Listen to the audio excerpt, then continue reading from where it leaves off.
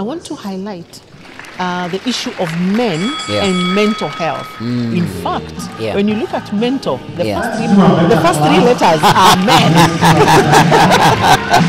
Don't you think that is a little bit far-fetched? Yeah, kindly introduce yourself and tell us what brings you to the DIAR Awards today. The camera. Yeah. My name is Dr. Frida Karani, and what brings me to the DIAR 6th edition today is because I'm a nominee for the gender equality category. All right. So are you anticipating to win this evening? Definitely, I'm anticipating to win because the work speaks for itself.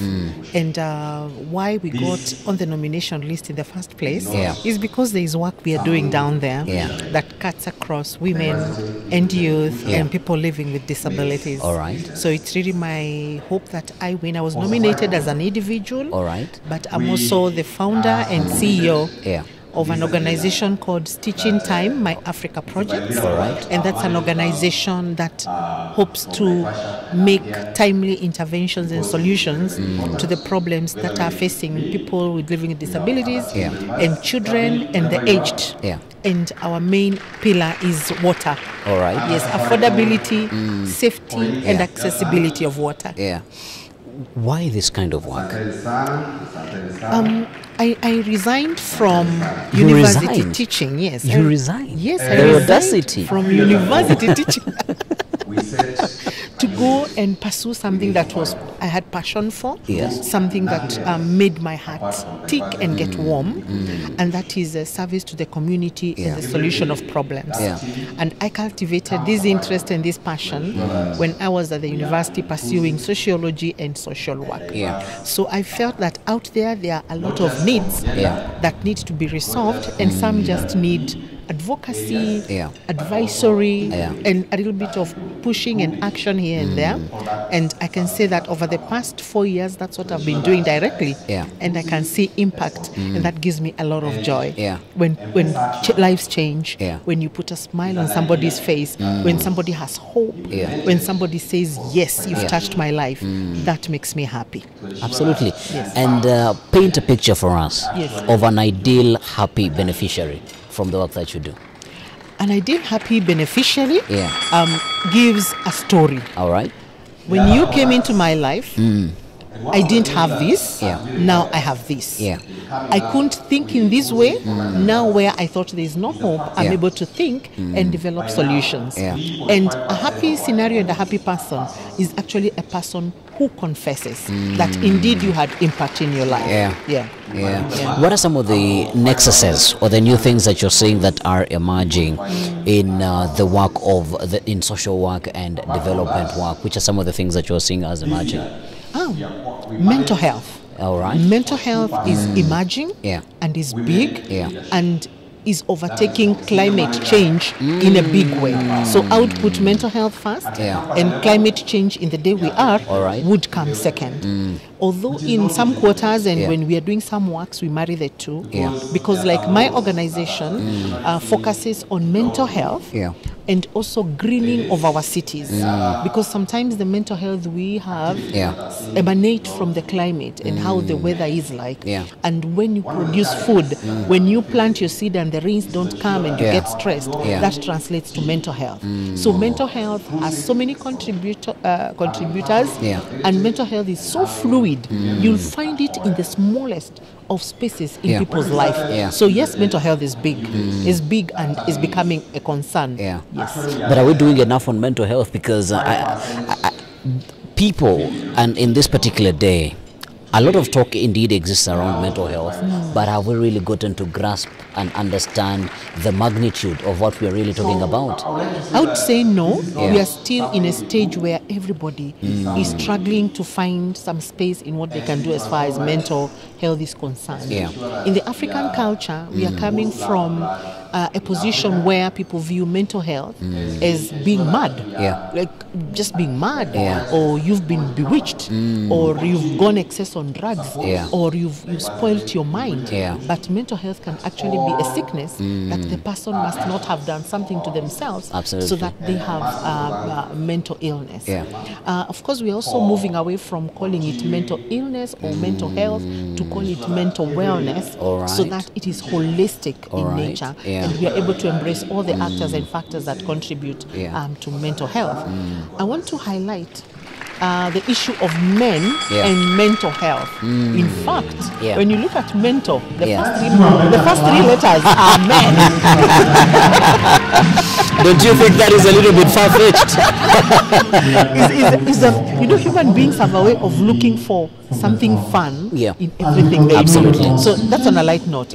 But mental health among men is becoming a big concern. And I'll give you a very simple scenario that when it comes to mental wellness, the factor of having somebody that you can talk to, that you can share with the issues that you're going through is very important.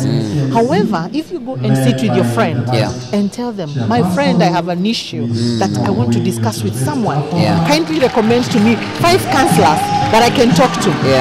99% of the times you will get the 5 are women. So where is the safe space for men?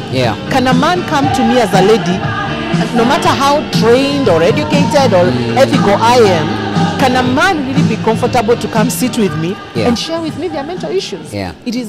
There's a level of impossibility because there's a point at which, as a woman, I may not understand the needs of men. Number 2, mental health and people living with disabilities. The other day, I do menstrual equity for girls in schools and also for girls living with disabilities. Those ladies that live with disabilities face a lot of challenges that affect their mental health. Because I'll give you 2 case scenarios. Imagine a lady who is visually impaired and they need to go and change their sanitary towel, or the facility they are going to use is not friendly. Maybe it's a pit latrine, they could fall. Sometimes when they want to change their sanitary towel, they want it to be a private affair, but there's somebody who must go in with them. Look at this lady who is physically impaired or disabled. Maybe they don't have arms, maybe they don't have legs, and for you to work it out, you have to have a certain posture. Look at the ladies who are mentally handicapped. Sometimes they stay in their dresses, they are laughed at, and all those factors translate to their mental health.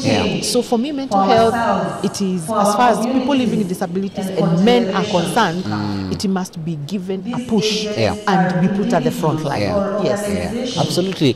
And I think one of the key things that we also need to look at, when you spoke about changing from mental health and mental illness now to mental wellness, I think we also still slowly need to change even how, because I believe the words that we use against people, they might either break or even they might even reinforce the same challenges that they are going through. What are the solutions that you are providing, and how do they look like in the community? From where I sit and my team, we provide advocacy. That means we put our voices forward to governments and to NGOs to come and help them. Because at the community level, we interact with the needs, but we are also very cognizant of the fact that ours is advocacy and lobbying.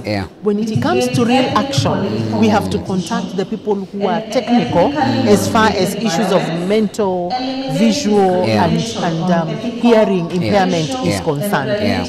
What we also do is that for the girls, the young girls, we try and provide the small necessities that they need. Like, we don't want them to feel like they are already dealing with their impairment, then they are also missing out on the sanitary towels. So we also donate sanitary towels to them, and we do menstrual education on menstrual hygiene. Number 3, for purposes of mental wellness, we talk to people who are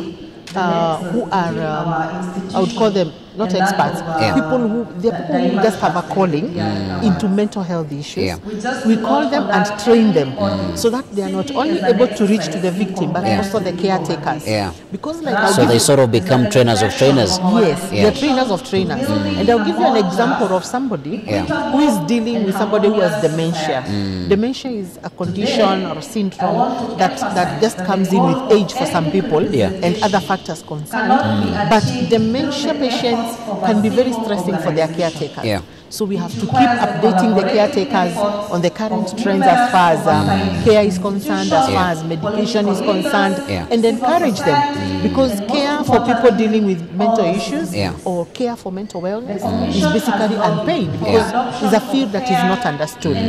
We are also lobbying government to find a way, including an affirmative action, to increase male counselors so that we create safe spaces for men. I see what you did right there. Yes. We've been pushing affirmative action for the women. Yes. Now we need to push more affirmative action for the men. Absolutely. Absolutely. Interesting. Yes. As you can. I do not want to announce your demise. NCIC has But collaborated with DIAR Trust since say the final day has come. Yes. What do you want to be remembered for through your work? I want to be remembered like caring, listening, results-oriented, people-based solution giver. As simple as that. It doesn't matter the problem.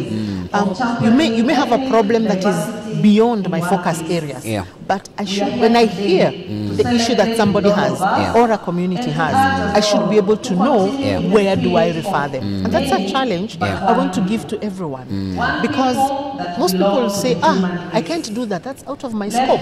But that person has seen a capacity and a capability in you that even if you're not able to do, give hope and then refer and make sure the connection is complete so that that person receives the help that they deserve. Yes. All right. Interesting. Interesting. I wish you all the best. Thank you. And I hope you win. Amen. Yes. And keep on pushing on the work that you're doing. Thank you so much. All right. I look forward to a very productive partnership with you. Absolutely. And you're welcome to Embu. Absolutely. I will come. I will come. Karibu sana. Okay. Yes. All right.